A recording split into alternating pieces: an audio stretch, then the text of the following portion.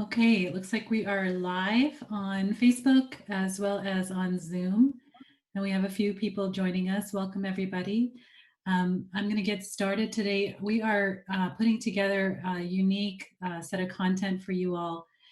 Thanks for joining us on Mimansa. We have a special offering today with a webinar focused on lung health and natural remedies to support optimal lung function and healing.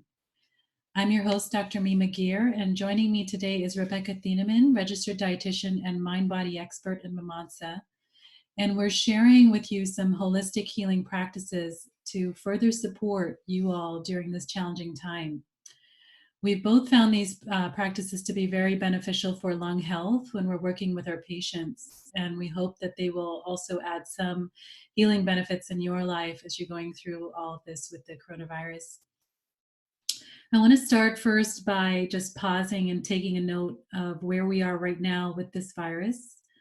The rates are rising internationally every day, every minute. And last count, today we're at 458,662 cases worldwide, with 20,799 deaths.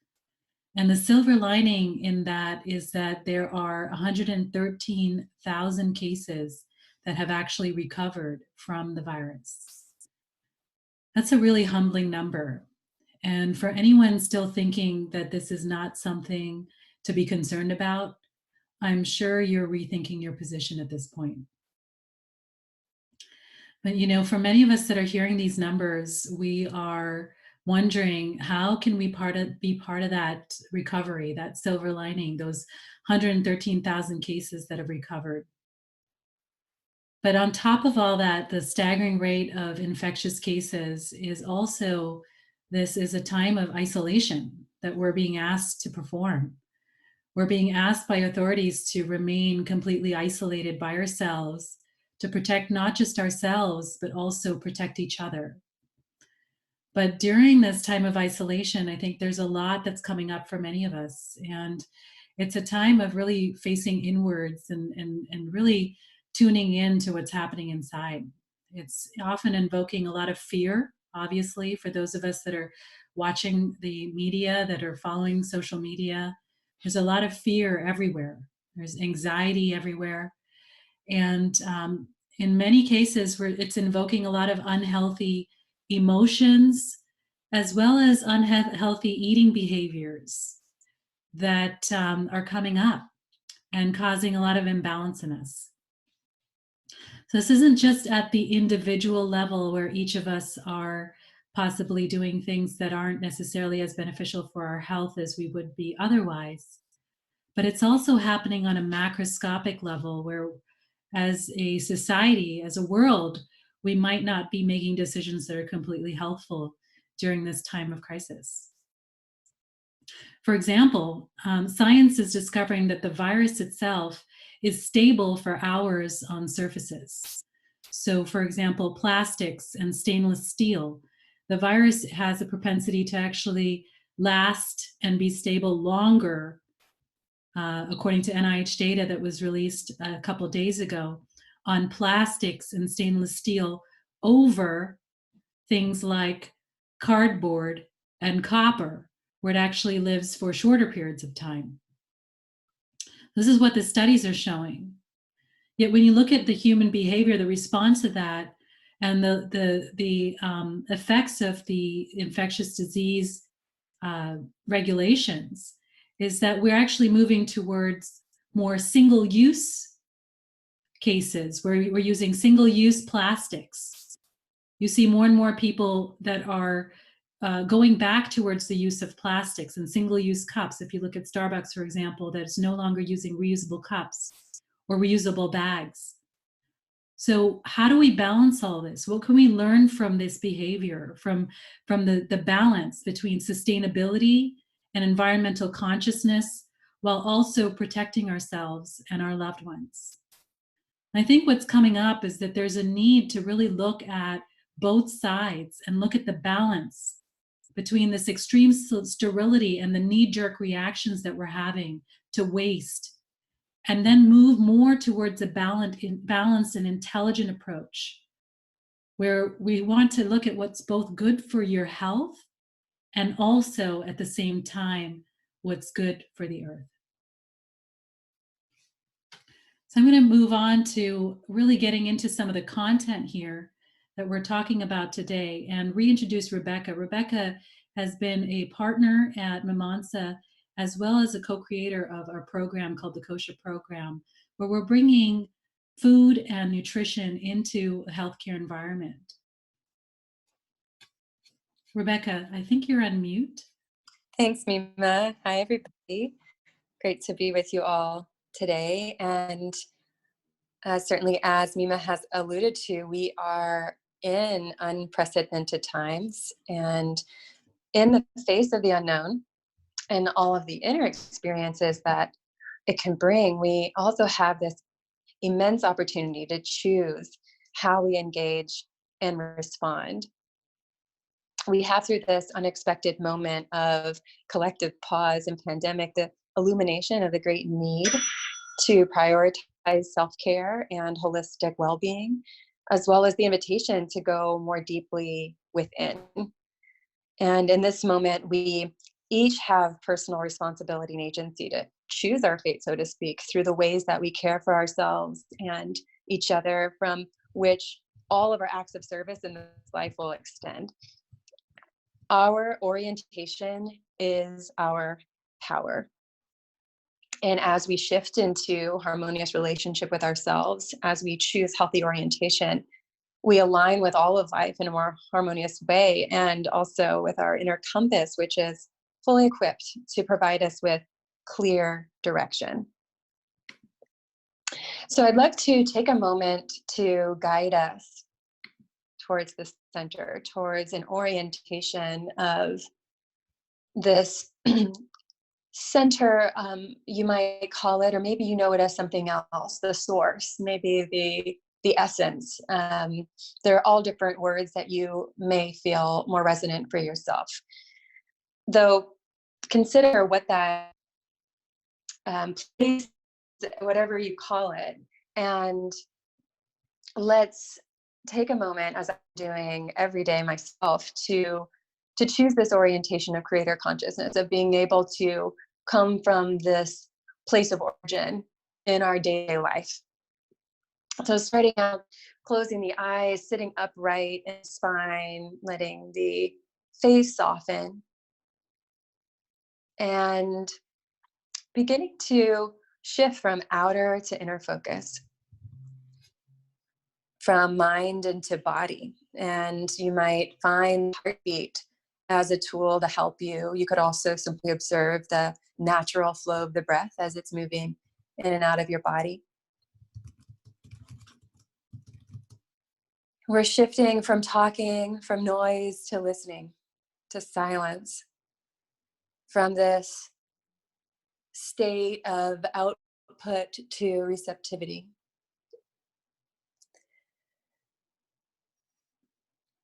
Shifting from control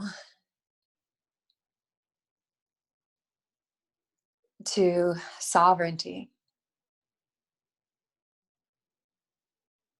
From victim to creator. From complacency to action. From collapse or fear, contraction, into renewal, regeneration, and love. And from chaos to the center, from this sort of tornado of all that something unexpected like this can bring, to the eye of the storm.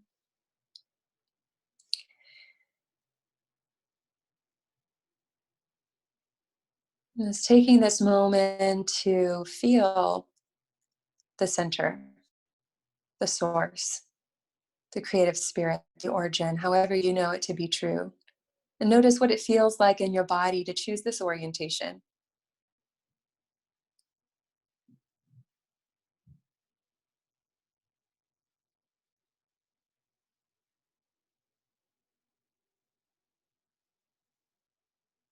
Allowing the breath to be steady,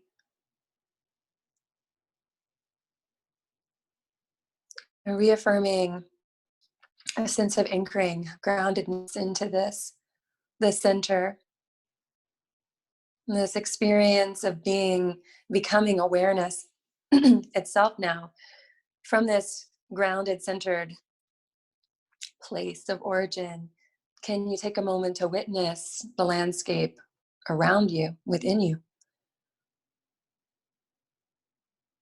without changing it, welcoming all the experience that you're having while maintaining this sense of steadiness?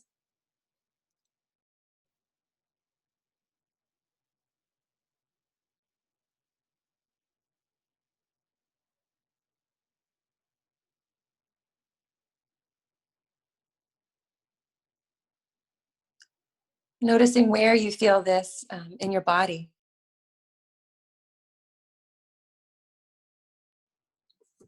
Notice the qualities. What does it feel like to be rooted in this original place?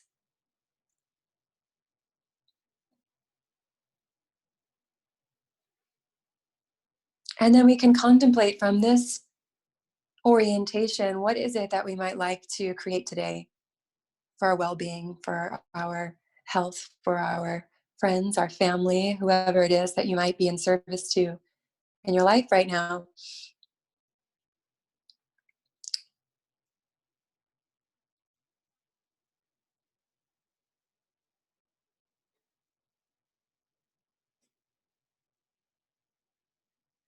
And it's from this origin that we can come back to at any time that we choose it,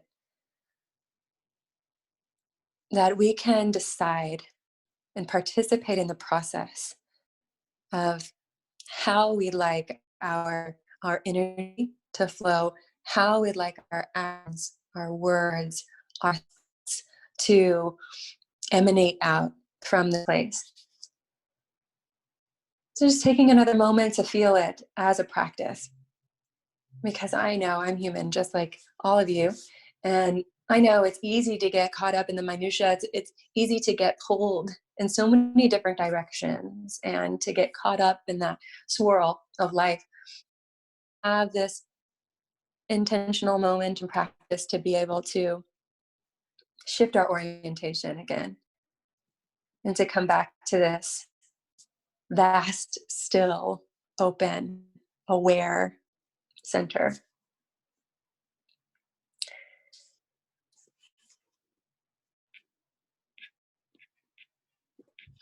Thanks, Rebecca. That's a beautiful practice. And Rebecca has always brought such lovely intention to all of our webinars and our programs. So I really appreciate you sharing this meditation with everyone today. I think we need a lot more of that, a lot more of centering, a lot more of grounding in how we're approaching everything as it relates to this coronavirus.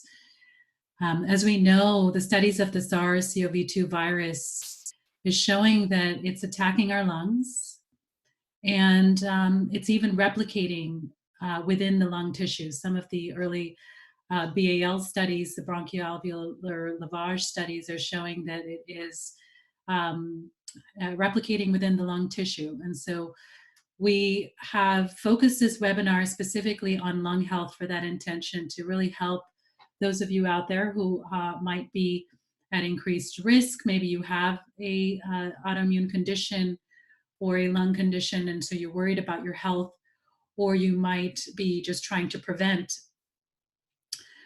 yourself from getting ill, or from being one of those cases that didn't fully recover. So we want to capture all the information that we can right now that's out there from the holistic health healing practices and bring it to you all as an offering.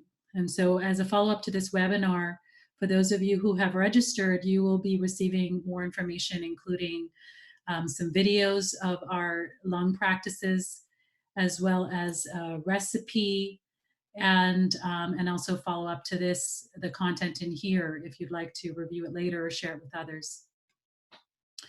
We know that many of the deaths are happening as a combination due to weakened immune system, as well as possibly overall poor lung resilience and in face of the acute respiratory distress that people are facing and having to go to the intensive care unit. We also know that the hospital care systems, when we look at countries that have been overwhelmed with this, are not able to keep up with the sheer volume of the population that we have. And so everything that we can do to help increase our lung capacity, increase our immune capacity, and keep ourselves healthy while we're being isolated is incredibly important. So I'm going to walk you through a few key things for those of you who are new to this concept. You might find this to be a little bit of science. And for those of you who aren't new to it, it's a reminder. The lungs are made up of hundreds of thousands of branches, right? Of alveoli and bronchioles. These are almost like tree branches, if you think about it, but they're inside our body. And these little alveoli actually are small little packets. They're little pockets and packets of air tissue within our lungs. These membranes of these tiny sacs are where we actually exchange oxygen, whether it's carbon dioxide that's being exchanged for oxygen, or whether it's pollutants, whether it's viruses and bacteria that are actually being captured at these alveoli. Think of them as little leaf ends inside of our lungs. Okay, this is where they're being captured, filtered, and this is where we let go of the things that we don't need, the things that are toxic to our body. And this is where we pull in that beautiful oxygen that comes back into our bodies and nourishes us. So I want to draw your attention to a few things that we want to pay really close attention to when we're supporting our health, and some of the natural remedies. And Mimansa, we're always going to keep a balanced perspective between what we know from a science base, what we've proven from repeated experiments and validation and objectivity, but also staying open to the plausibility, the possibility of what is unknown, and keeping an open mind to the mind, body, spirit perspective, right? Staying open to all possibilities, because when we have a virus that we've never experienced before, that our body is not yet immune to, that we don't have vaccines for, that we haven't been able to build up antibodies for, we need to keep an open mind to what else is out there, what else can we do to help to protect ourselves and to help to protect the sanctitude of your body. So when we speak about lung health, there are many things to think about that could possibly cause imbalances within the lung system itself, that beautiful tree-like alveolar system that I just described that exists inside of us.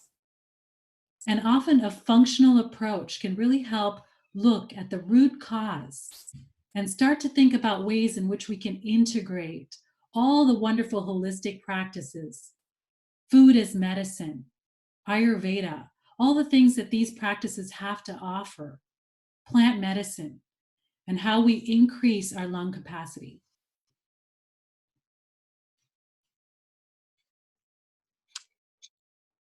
There are quite a few different lifestyle practices to consider that are accessible for us, that anyone can do with a little bit of practice. So would like to name some of those and touch on a couple in more detail today. The first one might not be the thing you think of, but it's posture. And it's good to think of, especially as much as we are curled over devices these days, being able to check in regularly with our spinal engagement and our posture to help support the workings of the lungs. Also, the breath and different breathing techniques that I'll touch on a little bit more in a moment. The air movement in general through the body and learning how to breathe effectively. And there are so many different techniques and practices out there these days that have been practiced for a long time, that have roots in longstanding traditions. And of course, as long as we've been living, as far as we know, we've been breathing. And it's something that we can certainly practice and improve that to support, in this case, our lung health. Another thing that Ayurveda reminds us of is the balance of what's called the doshas, which represent the different core elements that we're all made of in different proportions. And the lungs are a kapha place in the body, which is one of the primary doshas that's primarily made up of the elements earth and water. And when we're looking at the respiratory system in particular, we are considering then our potential kapha balance or imbalance. And the imbalances of the lungs can be by a number of different things, like improper diet or air pollution, as Mima has mentioned, also through seasonal changes, things that are outside of our control. Again, poor posture and also lack of movement, lack of exercise. There's also an emotional connection to imbalance in the body, and the primary emotions, both in Ayurveda as well as Chinese medicine, primary emotion associated with the lungs is grief. And there is this, in this way, where we're all experiencing a sort of death right now, it seems. And we're in this dying time on the planet. And in this part of the cycle, recognize that, for one, and then being able to space for ourselves, express and experience the emotions that come with this part of the cycle. And we're also coming out of winter, which is also this part of the cycle of dying, and moving into the cycle of rebirth. And this emotion is a really important to allow ourselves to process right now. And so to the extent you're feeling that, and you're looking at different ways for you to do that healthfully, whether that is talking it out or journaling about it. It could be through art of any kind. It could also be through simply feeling grief in the body and what that's like. And one of the practices that I've really found to be essential for that is yoga nidra. And that would be another area that I would offer in terms of emotional processing. If there's anyone out there that would really be interested in that aspect in particular, then ask us for help if you'd like, or support for resources or guidance. And also you can do your own research there.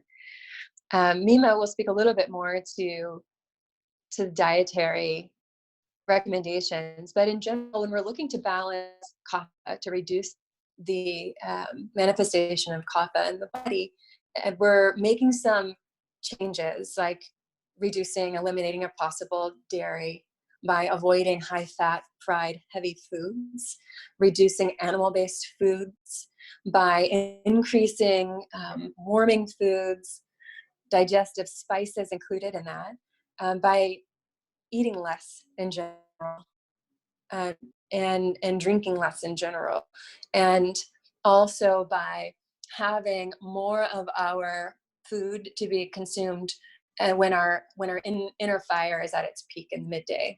So making shifts to eat less later hours, less in early hours, and more of our food during that 10 to 2 p.m.-ish window. So aside from posture, from emotional processing, from diet, as mentioned, breath as well, we have the neti pot, or nasal irrigation, as it's sometimes called, which is another practice or technique that you can practice, that you can keep for yourself on a regular basis. For some people, daily is possible. Cases when you're feeling the sinuses may benefit from it, especially, you might be able to even do it more than once a day. For some people, that's really drying, because generally the neti pot is a saline solution that you can make with salt.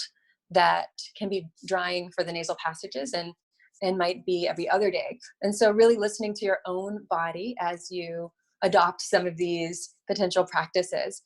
But nasal irrigation is a wonderful way to flush out any sort of mucus buildup from the nose and to reduce some of the symptoms that are associated with allergies, with cold, with any inflammation that might be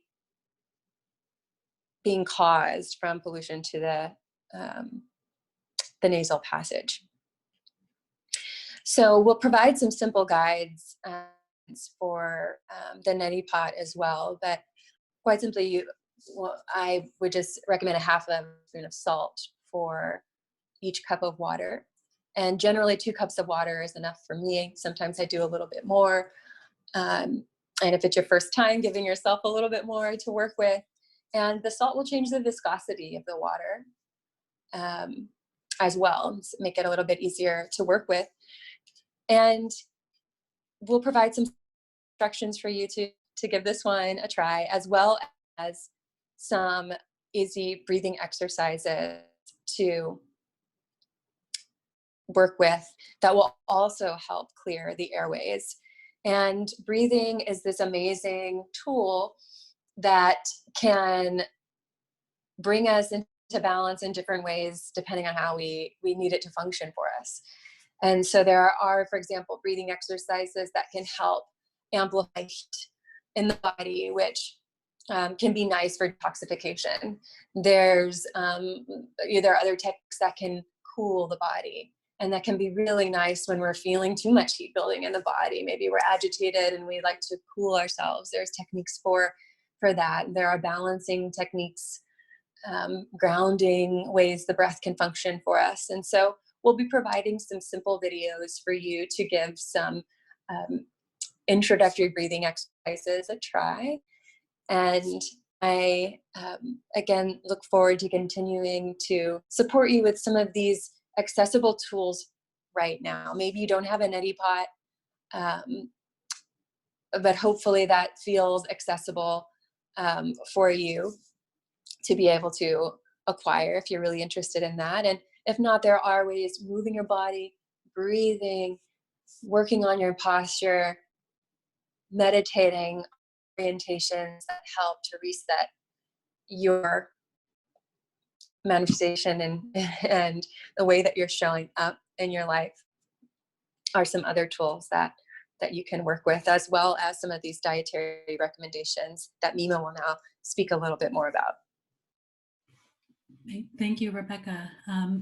These are incredibly powerful practices. And for those of you who have not developed your daily routine yet, I think now is the time to really tune in and to yourself and tune out from the stress and from the anxiety that is so prevalent and infectious around us. So I really encourage you to sit down every morning and just start breathing. Just breathe. Tune into your breath, really breathing in and out and following some of the practices that we're going to send along. Now, these are ancient Ayurvedic practices. They've been used for thousands of years. They have been used for the purpose of cleansing the nasal passages and the lung airways for prevention of viruses and bacteria. They're there to encourage the proper utilization of the cilia, the little tiny hairs that are in our airway that actually help brush out all of the pollutants and all the viruses that are coming in on a daily basis. They help activate these things, right? And so when you do these practices, they are not just there to help you de-stress. They certainly do that. And I would say in many ways that's a byproduct of what they do, but they are truly are healing. And there are studies showing their efficacy now in things like chronic obstructive pulmonary disease, COPD, and the use of pranayama, these healing breath work practices, to increase FEV1, right? To increase your forced expiratory volume, the ability of the lungs to actually contract and relax effectively and increase the capacity to carry oxygen and to release waste. Okay, so we're going to move into some foods and supplements. And I know many of you are here to hear about what can you do? What can you actually take? What else? You know we have to wash our hands. We know we have to stop touching people. We know we have to use alcohol and everything, right? We know we have to isolate. That's definitely one way to what they call flatten the curve, right? To prevent the spread of this infectious disease, this virus. But there are also other things to think about in your own immune system. And how do we rev up the natural processes that our body already has to defend ourselves, right? We already have these beautiful internal capacities to fight viruses. We've been surviving for so long as a species. And now we are just being asked to call upon the benefits that already exist from our food, from many of the things that we've learned, from supplements, from other alternative practices like yoga, like Ayurveda, to be able to create more internal balance within our body. So I'm going to start first. Let's talk about hydration, right? Now we know that hydration is important. We know that staying hydrated is good, but hydration is critically important when it comes to the airways, when it comes to the ability for these viruses to get trapped and released in our body. So I want you to remember that even though you're extremely stressed out, you're worried, you're anxious, what naturally happens when people go into these states is we kind of lock down. We tend to go into this fight or flight mechanism where we stop eating good food and we start to eat bad food, and we eventually stop drinking. Now, Rebecca mentioned earlier about kapha balancing, and we can certainly get into more about Ayurvedic doshas and what all that means. But kaphas tend to overeat, but we're not talking about that specifically. We're talking about kapha as an earth and water, the qualities of kapha. Okay, so we don't want you to necessarily think about starving yourself right now or going into a complete fast, but definitely become more conscious about the quality of the food you're eating, because we are coming out of the winter going into the spring. And so you want to make sure that the mucous membranes in your body, as well as the cells in your body, are able to function optimally and metabolize in the best way they can.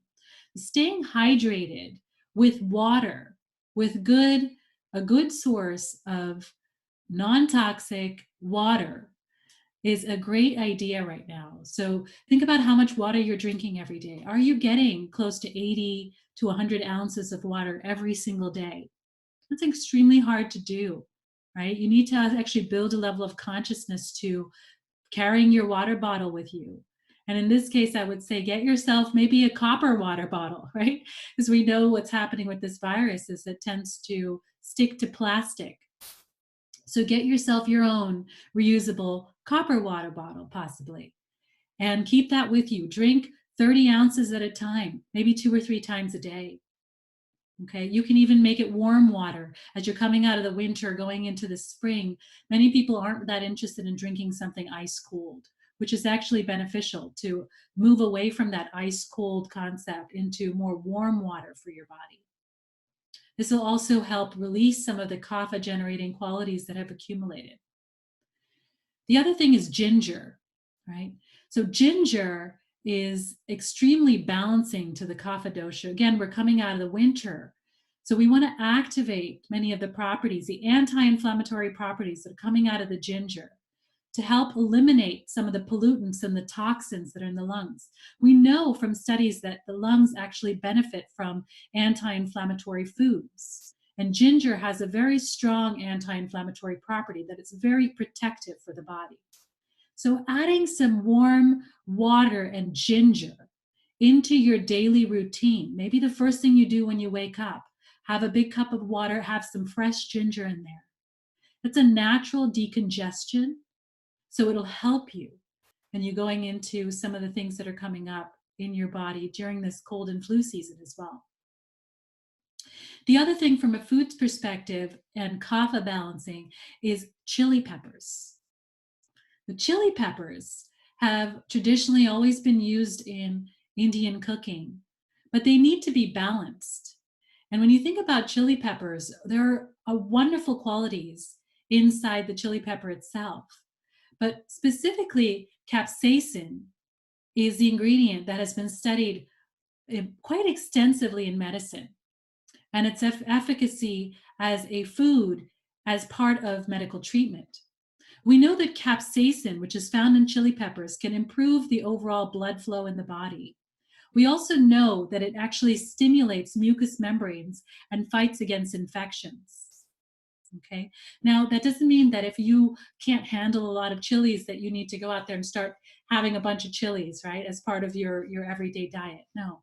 But just considering the use of a little bit more chili pepper in your diet, particularly as we're coming out of the winter into the spring, and as a way to help liberalize some of the clogged up mucus that is often built up within our lungs and within our body, and to help stimulate the blood flow and the immune response to help you fight infections. Now, everything needs to be done in balance. So, for those of you that might have stomach ulcers or have other conditions where chili peppers doesn't really feel like a good thing to have, listen to your body, because there are certainly things when it comes to food as medicine where we need to be more cognizant and not take a one size fits all approach. It really needs to be looked at on an individual basis. Now let's talk about our vegetables. So crucifers are wonderful. They have chlorophyll in them, right? So cruciferous vegetables are a great way to increase the amount of antioxidants in your body. Rhubarb in particular is a wonderful vegetable to consider adding. It's in season right now. It is a springtime. You should be able to access rhubarb. And I've been surprised at when you go to the grocery store, you'll often see the shelves are completely empty. They're empty of a lot of the packaged goods, a lot of the canned goods. But when you look in the produce section, sometimes those beautiful rhubarb is still sitting there and nobody has bought it because they're worried about not buying anything that's perishable. So I'd love for those of you who are listening to this to actually consider going out and looking at the fresh vegetables and picking some of those up and bringing them home, because we can pull from some of the medicinal qualities in these foods that are available for us naturally during the season. Turmeric is another highly effective spice to start to add into your food. So turmeric, for many of you who are already using it, you might be buying it in a powdered form that's readily available in most grocery stores. But you can also consider the actual root itself, the turmeric root, which when you cut it open has a bright yellow color, and it can be used in the same way. You chop it up just like you would ginger or garlic, and you put it into your food. You can also chop it and put it into your tea. So in addition to that ginger I was talking about with your hot water, you might want to add some fresh turmeric root right into that tea. Now, what's so special about turmeric? Most of us know that turmeric has a anti-inflammatory property, that it's got really good anti-inflammatory benefits in the body. And yes, we do want to have less negative inflammation in our body. We want our immune system to be able to free itself up to fight these viruses, to fight these pathogens, but also not necessarily use it up to fight itself, right? So you don't want to have a bunch of inflammation going on in your body at the same time that's taking up all your natural immune response. So it's not available to do its job when it comes to viruses. So taking turmeric can help sustain that balance in your body. And turmeric contains this active ingredient, which we've studied extensively in literature. It's called curcumin. Curcumin has been used in several medical cases to actually help reduce inflammation as well as chest tightness in the body. So we're finding that curcumin is actually effective in patients with asthma. So for those of you who might be wondering, oh, I have asthma, I'm worried about my lungs, I'm concerned about being more at risk here, I'm immunocompromised, I don't want to take that prednisone anymore, right? You might want to think about having curcumin regularly as a food as medicine in your diet. Next on our list is vitamin A and the effective carotenoids that we can get from our food. Now, you can certainly take a vitamin A supplement, or you can actually find vitamin A and carotenoids directly from their source by looking at orange and yellow colors in your fruits and vegetables. These are where we find most of the vitamin A and carotenoids. It's those orange and yellow colorful fruits and vegetables. So when you think about the yellow squash or the orange and yellow peppers, those effectively contain a very high dose of carotenoids. They also have lycopene, which traditionally we only think of lycopene as being in tomatoes, but they're also in these other orange and yellow fruits and vegetables. Okay, these are powerful antioxidants, and antioxidants have been shown to be protective, particularly in the lungs. Next, I want to move on to a potential supplement that could be helpful for those of you who might be here thinking about your lung conditions, maybe chronic obstructive pulmonary disease, COPD, and that is N-acetylcysteine. N-acetylcysteine is a relatively harmless supplement that you can take, NAC, and has a powerful antioxidant capacity. And it has also been studied in conditions like COPD. It actually induces antioxidant capacity within the lung cells themselves, within the tissues and the cellular capacity of those cells, and reduces phlegm and actually reduces cough buildup. Now, we've all heard of things like vitamin D, get outside, stay in the sun, get some fresh air. And vitamin D is incredibly powerful. The active form of vitamin D, and some of us might have some mutations that prevent us from actively converting vitamin D. So just taking the pure vitamin D from the supplement might not be enough for you. Okay, and the way to know that is to actually know about your genetic mutations. But vitamin D is a highly effective anti-inflammatory component in our diet, as well as potentially taken from a supplement.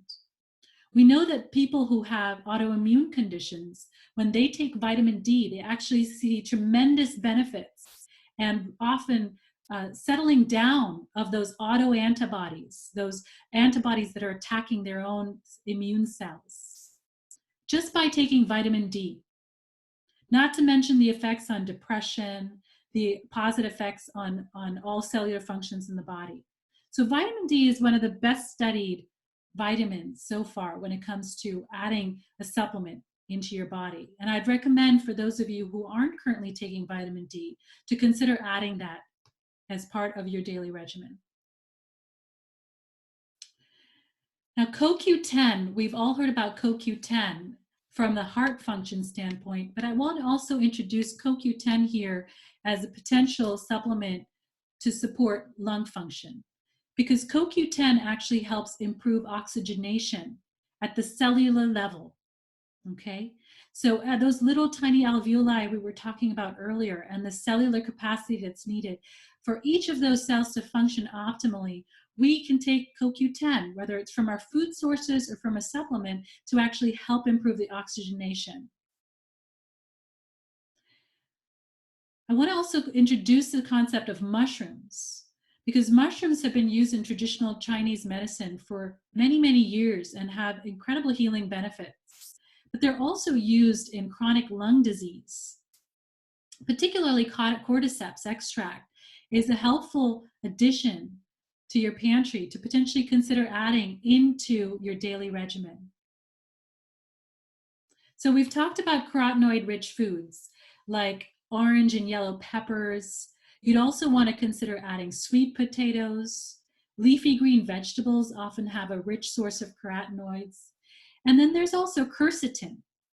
So quercetin is the active substance that's found in green tea.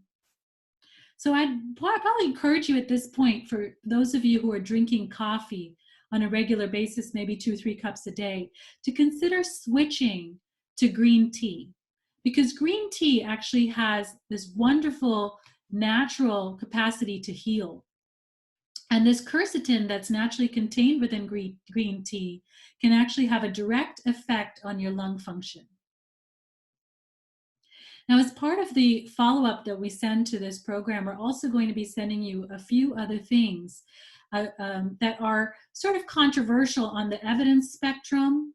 However, they are showing to be efficacious when it comes to antiviral capacity. And those are ozone therapy and colloidal silver. So these are two things to consider as part of the antiviral framework that you might want to look at as therapeutic options to add into the part of the defense mechanism that you're building up around viruses and bacteria that we're all going to be more exposed to. And lastly, but not least, is the Ayurvedic herbs. So from the Ayurvedic perspective, lung health is certainly a very important, as Rebecca mentioned, kapha balancing component. And when we're discussing kapha balancing and lung health, the first thing to come to mind is Triphala. Triphala is a beautiful 3-herb or 3-flower component that is used in Ayurveda for multiple different purposes. And a Triphala wash, whether it's added to your neti pot or gargled directly into your throat, can be extremely balancing and astringent to the body. So for those of you who might be getting a cold or building up some sinus discharge in the middle of all of this, you might want to add in some Triphala into your gargling on a daily basis, along with that neti pot that we talked about. There are two other immune and lung function herbs in Ayurveda. One is Sitopalati and the other one is Talisadi. Both have a very long and traditional use in Ayurveda for both increasing and optimizing lung function, but also boosting the immune system when it comes to viruses and bacteria. So we're going to kind of include all of this as part of our follow-up for those of you who've registered for this webinar. And you'll be getting all this information within the next couple of weeks. So stay on the lookout in your email for more information like this. And we'll also be sending the recording of this webinar so that you can refer back. Because I know this is a lot of information and it might be new to most of you. So as you're looking through this information, feel free to ask us questions. You can always post on the Mimansa page where you saw this, the ad for this webinar, and we'll be happy to follow up.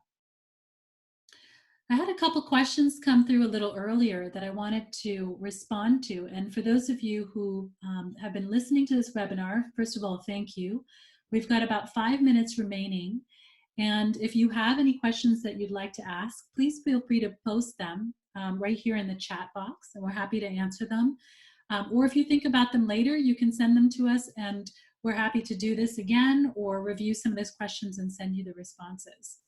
But one of the questions came earlier from somebody, and I wanted to address this because I know that there are some of you who might be wondering about this when it comes to your lung health. And that is regarding smoking. So the question is smoking all bad for your lung health? Now, the short answer is yes, smoking does have a lot of negative effects on your lung health.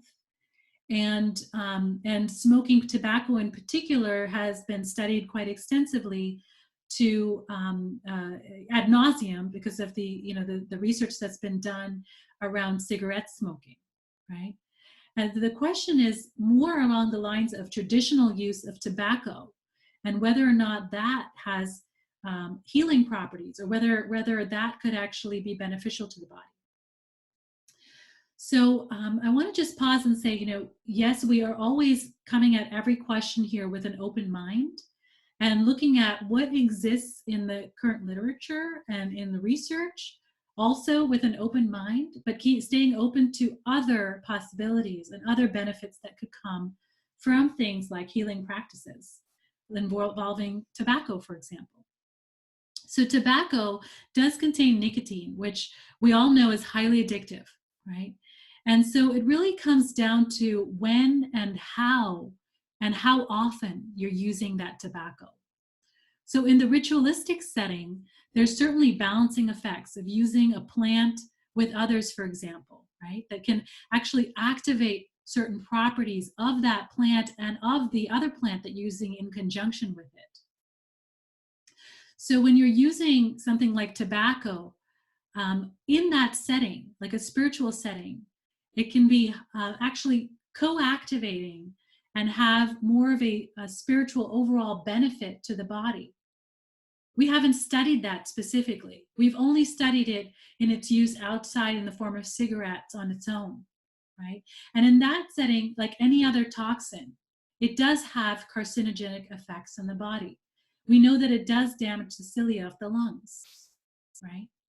So if you are considering the use of tobacco, I'd ask you to be very mindful of when and how are you using it. Is it become to the point where it's a habit, where potentially you're using it in scenarios that aren't necessarily beneficial for you? Or are you keeping it restricted to the spiritual setting where it's been used traditionally?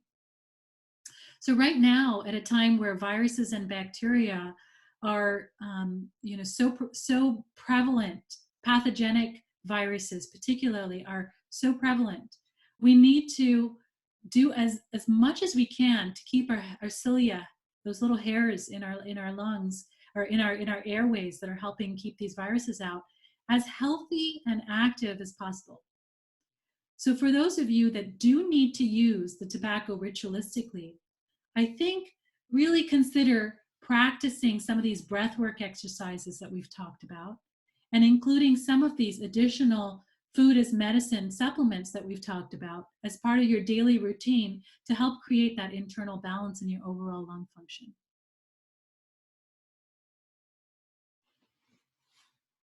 Okay, so it looks like our time is up. And for any of you who have any questions at all, please feel free to post them as a follow-up on our Mimansa site. It's on Facebook, Mimansa is how you spell it. Go ahead and like it. This is where we're posting most of our content, our webinars. And so as we post, you will get information. And for those of you who aren't on Facebook, I completely honor that and recognize why you might not be. We are going to follow up with email to all of you with this content.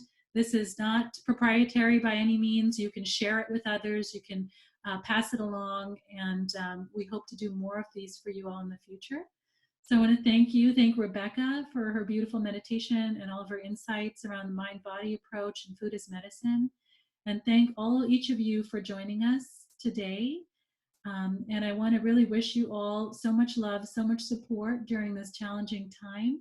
Please stay grounded, please stay healthy, and please stay balanced in all your perspectives as you look at the media, as you go through your life, as you choose your food. And I want to thank you for joining us today. Namaste.